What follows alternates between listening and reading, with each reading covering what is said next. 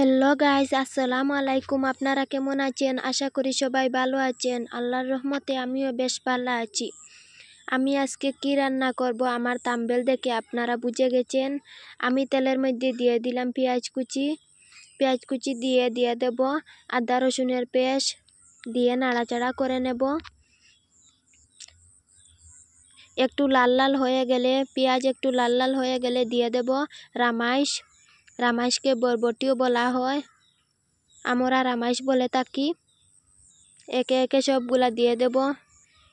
আমি রামাইশের মধ্যে 2টা আলু কুচি কুচি করে দিয়েছি।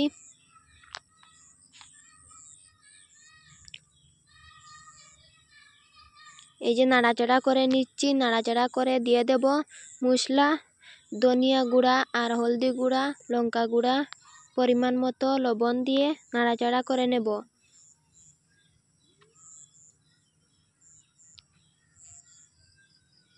আমি মাটির চুলাতে রান্না করছি।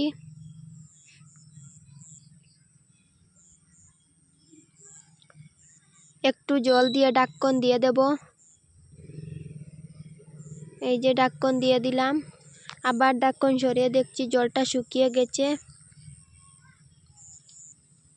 এখন দিয়ে দেব আমার পরিমাণ মতো জল।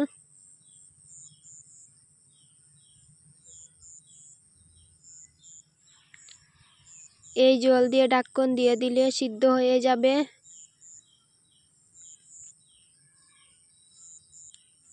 10-15 মিনিট জাল করে নেব।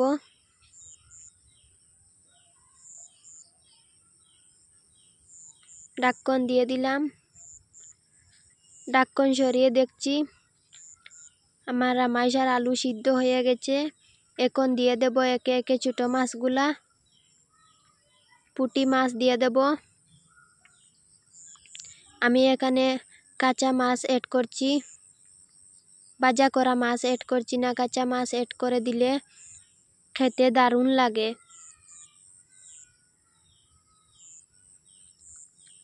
সবগুলা দিয়ে দিলাম।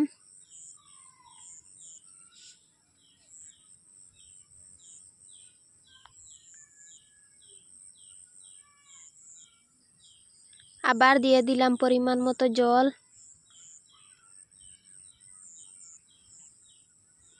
পরিমাণ মতো জল দিয়ে আবার ঢাকন দিয়ে দেব। কিছুক্ষণ জাল করে নেব ঢাকন দিয়ে। জাল করে নেওয়া হয়ে গেছে। এই যে দেখছি হয়ে গেছে আমার এই রেসিপি। ফেসবুক পেজটা ফলো করবেন আর ইউটিউব চ্যানেলটা সাবস্ক্রাইব করে আমার পাশে থাকবেন। আপনাদের সাহায্যে আমি এগিয়ে যেতে পারবো। সাপোর্ট চাই। খুদা হাফিজ।